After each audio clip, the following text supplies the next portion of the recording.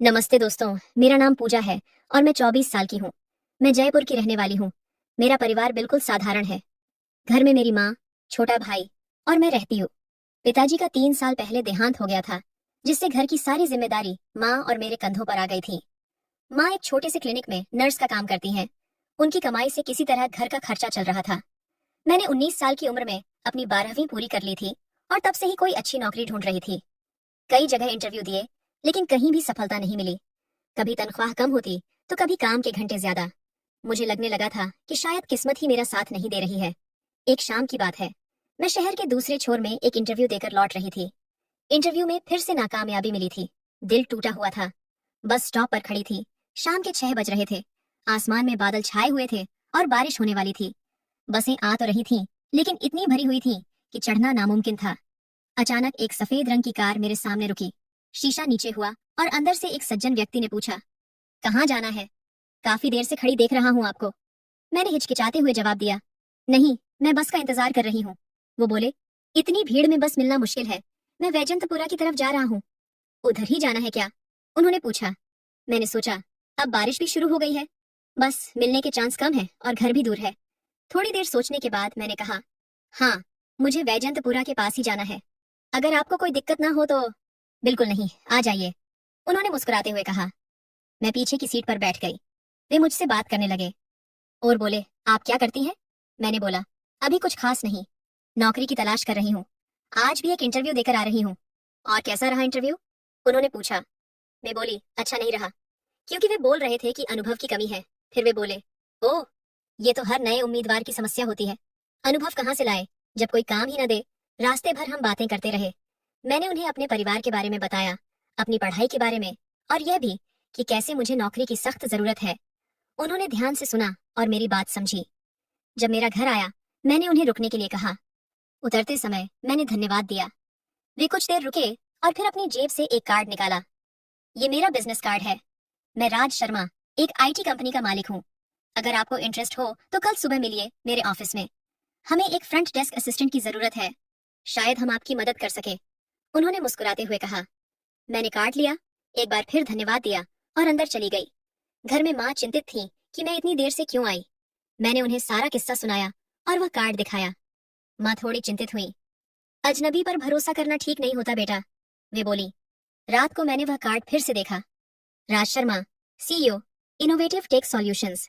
एक बड़ी कंपनी लग रही थी। मैंने इंटरनेट पर सर्च किया तो पता चला कि यह वाकई में एक अच्छी कंपनी है। मैंने तय किया कि अगले दिन जाकर देखूंगी। क्या पता किस्मत साथ दे जाए।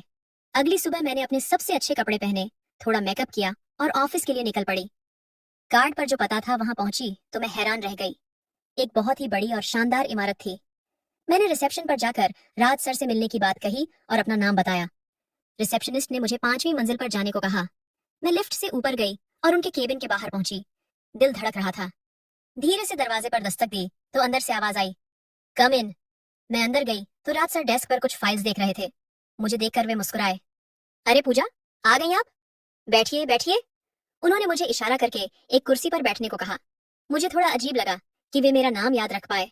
फिर मैंने सोचा कि शायद रिसेप्शनिस्ट ने उन्हें बता दिया होगा। तो पूजा, आपने अपनी पढ़ाई के बारे में बताया था। क्या आप कंप्यूटर पर काम कर सकती हैं? बेसिक एएमएस ऑफिस आता है? उन्होंने पूछा। मैं बोली, जी हाँ सर। फिर वे बोले, बहुत अच्छा। देखिए, मैं आपको डायरेक्ट नौकरी नहीं दे सकता, लेकिन 1 महीने का इंटर्नशिप ऑफर कर सकता हूँ। आप सीखेंगी और अगर आपका काम अच्छा रहा तो हम आपको पक्की नौकरी दे देंगे। शुरुआत में 8,000 रुपये महीना मिलेगा। क्या यह आपको मंजूर है? उन्होंने प्रस्ताव रखा। मेरी आंखों में चमक आ गई।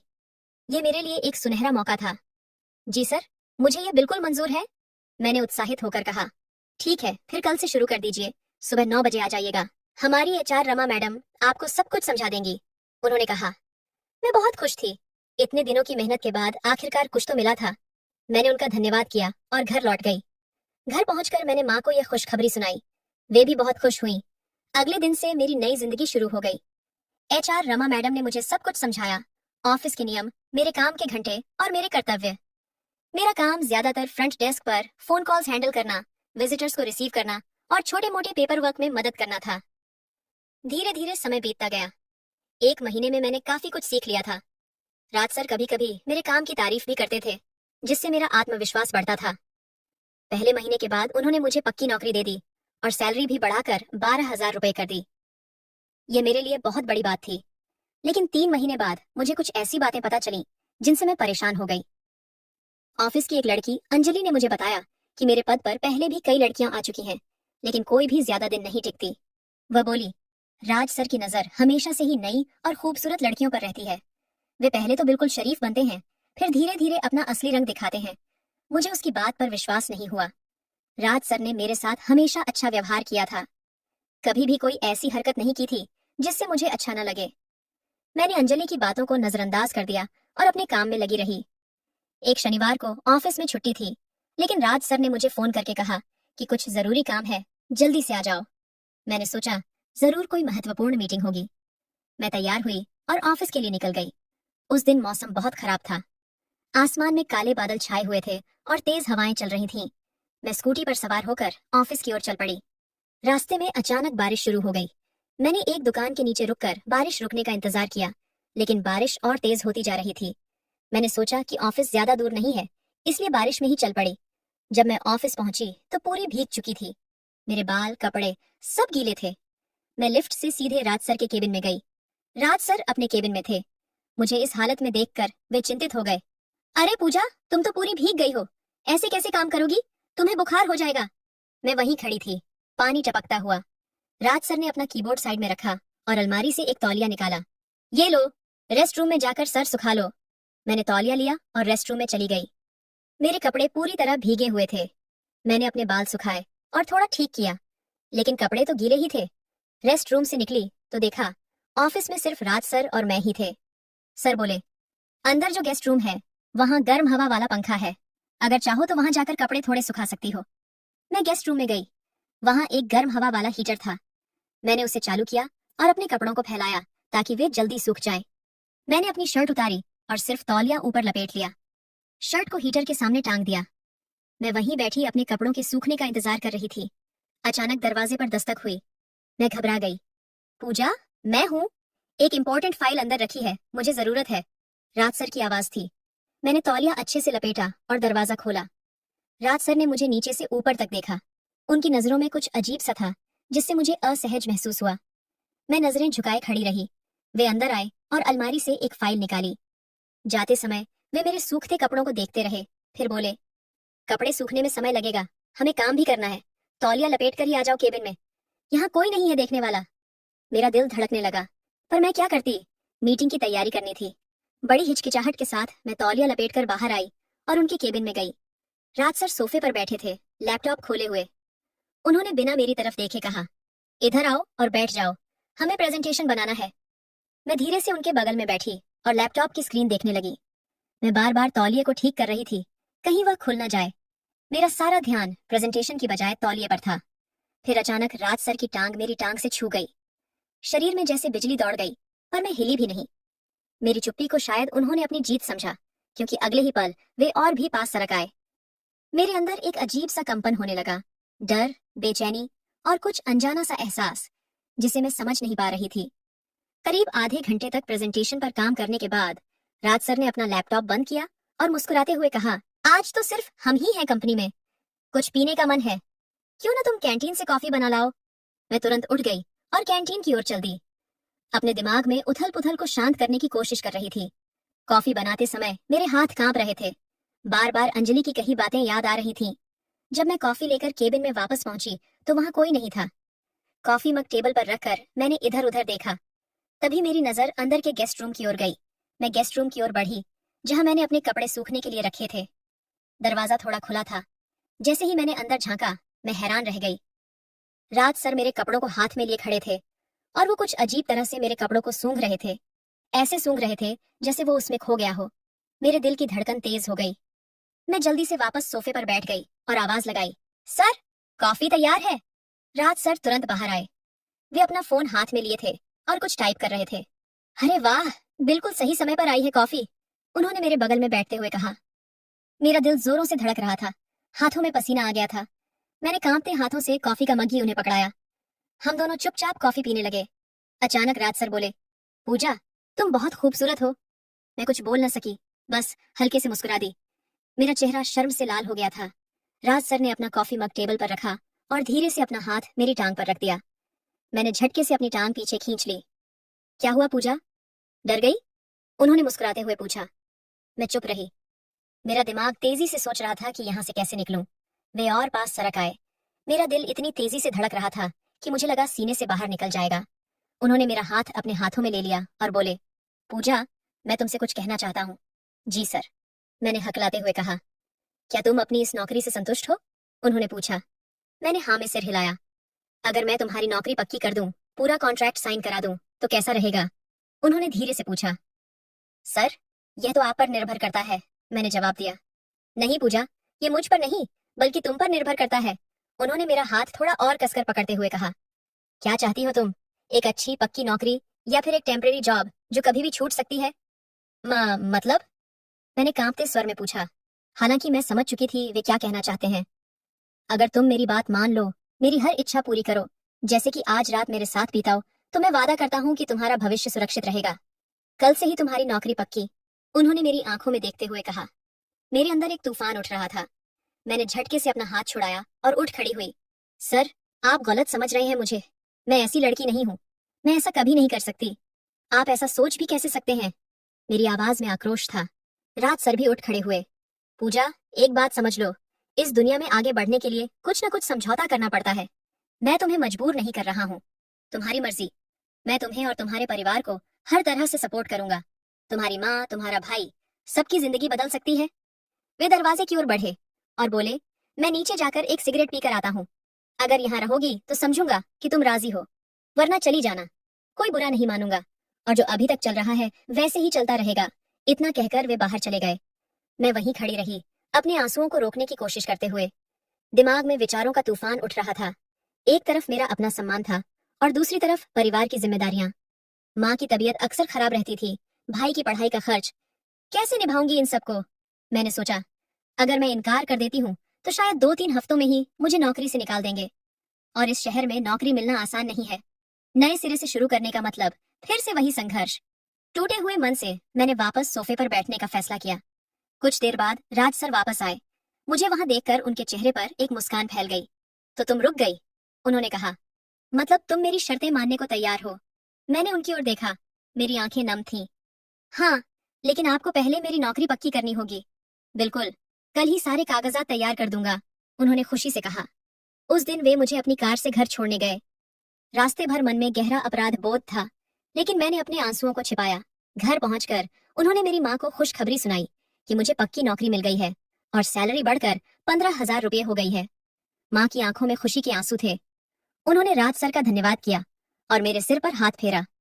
देखा बेटा, तेरी मेहनत रंग लाई। उस रात मैं बिस्तर पर लेटी रही, अपनी किस्मत पर आंसू बहाती। किसी को क्या पता था कि मैंने अपने आप को बेच दी थी। कुछ दिनों बाद मैं सुबह ऑफिस के लिए तैयार हो रही थी जब मेरे मोबाइल पर राज सर का फोन आया और वो बोले, पूजा, मेरे फार्म हाउस पर आना है आज। कुछ विशेष मीटिंग है। अपने घर में बता देना कि 2-3 दिन के लिए कंपनी के काम से बाहर जा रही हो। मेरी आवाज कांप गई। जी सर। मैंने अपने बैग में कुछ कपड़े रखे और माँ को बताया कि कंपनी के काम से बाहर जा रही हूँ। माँ ने मेरे माथे पर चुंबन दिया और कहा, अपना ध्यान रखना बेटा। जब मैं फार्म हाउस पहुंची तो वहां पहले से ही कुछ लोग मौजूद थे। सभी बिजनेसमैन लग रहे थे, सूट बूट में। मैं थोड़ी राहत महसूस करने लगी कि शायद वाकई कोई बिजनेस मीटिंग होगी। मीटिंग शुरू हुई और सभी लोग विभिन्न प्रोजेक्ट्स पर चर्चा करने लगे। मैं नोट्स लेती रही और जब जरूरत पड़ी प्रेजेंटेशन दिखाया। करीब 3 घंटे तक मीटिंग चलती रही। मीटिंग खत्म होने के बाद राज सर ने नौकर को बुलाया और उसके कान में कुछ कहा। नौकर तुरंत रसोई में गया और खाने पीने का सामान लेकर आया। एक बड़ा सा चॉकलेट केक भी था। राज सर ने मेरे हाथों से केक कटवाया। सभी ने केक खाया और नाश्ता किया। फिर एक एक करके लोग जाने लगे। राज सर उन्हें बाहर तक छोड़ने गए। मैं वहीं सोफे पर बैठी रही, अपनी किस्मत को कोसती हुई। जब राज सर वापस आए तो मैंने देखा कि एक आदमी अभी भी वहीं था, वही जिसने मीटिंग में सबसे ज्यादा बोला था और जिसे राज सर बहुत सम्मान से देख रहे थे। पूजा, फ्रिज से वाइन की बोतल और 3 गिलास लेकर आओ, राज सर ने कहा। मैं 2 गिलास लेकर आई। राज सर ने पूछा, सिर्फ 2 क्यों? एक और लाओ, तुम भी तो हो। मैं नहीं पीती सर, मैंने हिचकिचाते हुए कहा। आज खास दिन है पूजा, आज तुम्हारी नौकरी पक्की हुई है। एक तो बनता है, उन्होंने मुस्कुराते हुए कहा। मैंने हार मानकर एक और गिलास ला दिया। राज सर ने तीनों गिलास में वाइन और बर्फ डाली और मुझे एक गिलास थमाया। मैंने पहली बार वाइन पी थी। बहुत कड़वी लगी, पर मैंने किसी तरह पी ली। थोड़ी ही देर में मेरा सिर हल्का होने लगा और पैरों में झंझनाहट होने लगी। कुछ ही मिनटों में मुझे हल्का सा नशा महसूस होने लगा। उस आदमी ने राज सर के कान में कुछ कहा। राज सर मुस्कुराए और मुझसे बोले, पूजा, इधर आओ, राकेश जी से मिलो ठीक से। ये हमारे सबसे बड़े इन्वेस्टर हैं। मैं उठकर उनके पास गई। राकेश जी ने मेरा खाली गिलास उठाया और उसमें फिर से वाइन भरी। पियो, उन्होंने मुझे गिलास थमाते हुए कहा। मैंने राज सर की ओर देखा, जैसे मदद के लिए पुकार रही हूँ। पी लो पूजा, राकेश जी के हाथ से मिली चीज नहीं ठुकराई जाती, राज सर ने कहा। मेरे अंदर का एक हिस्सा चीख रहा था। तभी राज सर ने मेरे कंधे पर हाथ रखा और बोले, पूजा, मैं तुम्हें एक काम सौंपना चाहता हूँ। राकेश जी हमारी कंपनी के लिए बहुत महत्वपूर्ण है। ये 2 दिन यहाँ रहेंगे और मुझे चाहिए कि तुम इनका ख्याल रखो। मेरा माथा ठनका। मतलब सर, इनकी देखभाल करनी है? राज सर मुस्कुराए। उनकी आंखों में एक अजीब सी चमक थी। तुम समझदार हो पूजा, बाकी सब समझ ही गई होगी। मेरे मुंह से निकला, जी सर। हालांकि मेरा मन चीख चीख कर इनकार कर रहा था। अच्छा, अब मैं जा रहा हूँ, कोई समस्या हो तो फोन करना। इतना कहकर राज सर वहां से चले गए। मैंने दरवाजे पर खड़े होकर उनकी कार को दूर जाते देखा। मेरे दिल में एक अजीब सा डर था। क्या मैं अपने ही हाथों अपना सौदा कर रही हूँ? पीछे मुड़कर देखा तो राकेश जी मुझे ऐसे घूर रहे थे जैसे मैं कोई शिकार हूँ। उनकी नजरें मेरे शरीर पर घूम रही थीं। मैं खुद को नंगा महसूस कर रही थी। मैंने अपने आप को संभाला और सोचा कि किसी तरह यह रात गुजार लूंगी। वाइन का नशा अब पूरी तरह उतर चुका था। मैंने देखा कि फार्म हाउस का नौकर भी मुझे अजीब नजरों से देख रहा था। मैंने उसे पास बुलाया और बोला, तुम्हारा नाम क्या है? तो वो बोले, मेरा नाम रामू है मैडम, उसने आदरपूर्वक कहा। वह साधारण सा व्यक्ति था, किसी गांव से आया लगता था। मैंने उससे पूछा, ये फार्म हाउस शहर से कितनी दूर है? उसने बताया, करीब 15 किलोमीटर मैडम। यहाँ पास में कोई बस्ती नहीं है। मेरे अंदर की घबराहट बढ़ गई। ये जगह बिल्कुल अलग थलग थी। अगर कुछ गलत हुआ तो कोई बचाने भी नहीं आएगा। रामू से कुछ देर और बात करने के बाद अपने कमरे में चला गया। अब मैं और राकेश जी अकेले थे। राकेश जी ने एक और गिलास में वाइन डाली और मेरे पास आकर बैठ गए और बोले, तुम्हारी तारीफ तो राज बहुत करता था, आज देख लिया क्यों? उनकी आवाज में कुछ अजीब था। मैं थोड़ा खिसक गई और बोली, मैं थोड़ा आराम कर लूं, कल की मीटिंग के लिए प्रेजेंटेशन तैयार करना है। अरे, आराम तो हम साथ में करेंगे, कहते हुए उन्होंने मेरी कमर पर हाथ रख दिया। मैंने तुरंत उनका हाथ हटाया। प्लीज, मुझे छूने की कोशिश मत कीजिए। उनके चेहरे का रंग बदला। ओह, तो नखरे दिखा रही हो? राज ने तो कहा था कि तुम सहयोग करोगी। मैं उठकर दरवाजे की तरफ बढ़ी, लेकिन उन्होंने मेरा हाथ पकड़ लिया और मुझे खींचकर सोफे पर गिरा दिया। बचने की कोशिश मत करो, वे गुर्राए। मैं चिल्लाने लगी, बचाओ, कोई है, बचाओ। राकेश जी ने मेरे मुंह पर हाथ रख दिया और दूसरे हाथ से मेरे कपड़े खींचने लगे। मैं हाथ पैर मारकर खुद को बचाने की कोशिश कर रही थी। तभी दरवाजा जोर से खुला और रामू अंदर आया। उसने देखा क्या हो रहा है और बिना कुछ सोचे एक लकड़ी का स्टूल उठाकर राकेश जी के सिर पर दे मारा। राकेश जी चीखते हुए मुझसे दूर जा गिरे। उनके सिर से खून बह रहा था। मैडम, जल्दी यहाँ से भागो, रामू ने कहा। राकेश जी उठने की कोशिश कर रहे थे और गालियां बक रहे थे। कुत्ते, तेरी हिम्मत कैसे हुई? तू जानता है मैं कौन हूँ? रामू ने मुझे अपने पीछे किया और स्टूल को हाथ में पकड़े रहा। आप कुछ भी कर लो साहब, लेकिन किसी बेटी बहन के साथ ऐसा नहीं होने दूंगा। मैंने जल्दी से अपना बैग उठाया और रामू के साथ बाहर निकल गई। मैडम, मेरे पास एक पुरानी बाइक है, मैं आपको शहर तक छोड़ देता हूँ, रामू ने कहा। उस रात रामू ने मुझे अपनी पुरानी बाइक पर बैठाकर शहर तक पहुंचाया। रास्ते में उसने बताया, मैडम, ये पहली बार नहीं है, पिछले साल भी ऐसा ही हुआ था एक लड़की के साथ। मैं वहीं काम करता था, पर कुछ नहीं कर पाया। इस बार मैंने सोचा कि चाहे नौकरी चली जाए, लेकिन अपना धर्म नहीं छोड़ूंगा। मेरी आंखें नम हो गईं। इस दुनिया में अभी भी अच्छे लोग हैं। घर पहुंची तो माँ दरवाजे पर ही खड़ी थी। मुझे इस हालत में देखकर वे घबरा गईं। मैं उनके गले लग गई और फूट फूट कर रोने लगी। क्या हुआ बेटा? उन्होंने मेरे बाल सहलाते हुए पूछा। मैंने उन्हें पूरी कहानी सुनाई। कैसे राज सर ने मुझे नौकरी का लालच दिया, कैसे उन्होंने मुझे मजबूर किया और आज कैसे उन्होंने मुझे राकेश जी के साथ अकेली छोड़ दिया। माँ के चेहरे पर गुस्सा और दुख दोनों थे। ऐसी नौकरी को आग लगे बेटा, हमें इतनी गरीबी अच्छी की जहाँ बेटी की इज्जत बिके। भगवान हमें भले कम दे, पर ईमानदारी से दे। मैंने उसी रात राज सर को फोन किया। फोन उठाते ही वे बोले, कैसा रहा राकेश जी के साथ? खुश तो हैं वे? मेरे अंदर का गुस्सा फूट पड़ा। आपको शर्म नहीं आती सर? क्या समझा है आपने मुझे? कोई वेश्या? आज अगर रामू न होता तो मेरी इज्जत लुट जाती। मुझे नहीं चाहिए आपकी नौकरी, आपका पैसा, कुछ भी नहीं चाहिए। आप जैसे लोग अपनी कामयाबी के लिए किसी की भी जिंदगी बर्बाद कर सकते हैं। मैंने फोन काट दिया और खुद को बिस्तर पर गिरा दिया। अगले दिन मैंने अपने सारे दस्तावेज और अपना बकाया वेतन लेने के लिए ऑफिस जाने का फैसला किया। वहां पहुंची तो देखा राज सर के केबिन में कुछ हंगामा मचा हुआ था। मैंने अंजलि से पूछा तो पता चला कि रात में पुलिस आई थी और राकेश जी की शिकायत पर राज सर को गिरफ्तार किया गया था। बाद में पता चला कि रामू ने उस रात मुझे बचाकर सीधे पुलिस स्टेशन जाकर शिकायत दर्ज करवाई थी। उसने बताया था कि कैसे राज अपनी कंपनी में लड़कियों को नौकरी का लालच देकर अपने क्लाइंट्स के साथ छोड़ देता था। आज जब मैं उस हादसे को याद करती हूँ तो मन कांप उठता है। पर एक बात समझ आई कि दुनिया में बुराई के साथ साथ अच्छाई भी है। रामू जैसे लोग जो अपनी नौकरी की परवाह किए बिना सही के लिए खड़े होते हैं, वही असली हीरो हैं। मैंने फिर से नए सिरे से जिंदगी जीने का शुरुआत की। आज एक छोटी सी कंपनी में काम करती हूँ जहाँ माहौल अच्छा है और लोग आदरपूर्वक व्यवहार करते हैं। माँ और भाई के साथ एक छोटे से घर में रहती हूँ और अपने जीवन से संतुष्ट हूँ। तो दोस्तों, यही थी मेरी कहानी। जीवन में कभी भी पैसे या नौकरी के लिए अपनी इज्जत या आत्मसम्मान न बेचें। हर मुश्किल का हल समय के साथ निकल आता है। बस हिम्मत न हारें और सही रास्ते पर चलें।